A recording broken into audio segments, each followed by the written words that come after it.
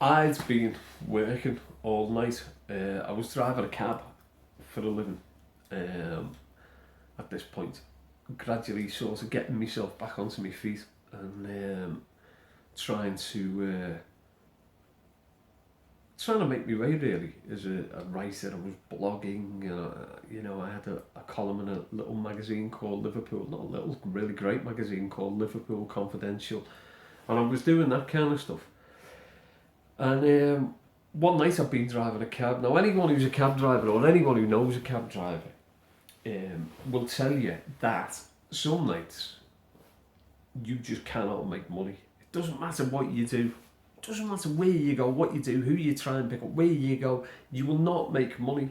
And I was having one of those nights, and it was a miserable night where I hadn't even covered the cost of like the fuel I'd spent, let alone the Mars bars I've been eating all night.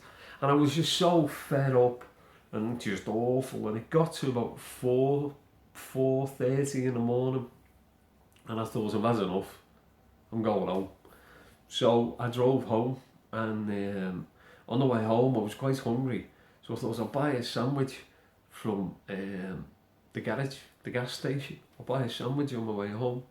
So I goes into one of these really horrible like little rundown gas stations, and I buy a sandwich, and I drive back home, and I pull up, and I goes into the house, and I'd left the TV on for my dog Boo, who sadly is no longer with us, but I'd left the TV on for Boo because he quite liked watching documentaries while I was also, I don't know what he liked watching, but it was a nice thing to sort of keep him company while I was out and about working.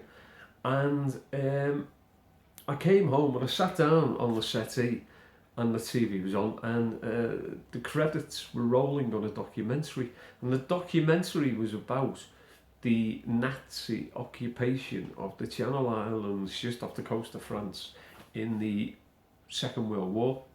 Now the Channel Islands are governed by the UK, and the Nazis occupied it. And they took a series of propaganda photos, and as the credits rolled on this documentary, one of those propaganda photos was showing, and it was a picture of a British policeman, holding open the back door of a car for a German officer. Propaganda photo. And when I saw that picture, I thought, oh my God, what's he doing, this British copper? Because I used to be one of those British coppers with the daft helmets, and the tunics and all this kind of stuff. Somewhere behind me actually is my old police truncheon on a shelf behind me. I was one of those guys, and I was angry with him because I thought, what are you doing? You're wearing that uniform and you're helping the Nazis. What are you doing? But then almost immediately you think, actually, do you know what? He's probably just trying to stay alive. He's holding that door up because he's got a dog in the house that likes watching documentaries, or a family or whatever, and he's just doing what he's doing to stay alive. And I get that. I suddenly understood it. Yeah, sorry, I don't blame you. But then, within seconds, I thought, if you'll do that to stay alive, if you'll open that door to stay alive, what other doors will you open to stay alive? And I couldn't make up my mind what I'd do to stay alive. I couldn't make up my mind whether I'd hold those doors open or whether, I'd say no, shoot me. And I couldn't decide.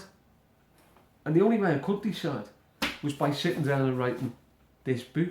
It took me 9 months, and I still don't know if I know what I'd do to stay alive. 2 books in, I still don't know. But I'm going to keep looking, and as soon as I find out the answer, I'll let you know.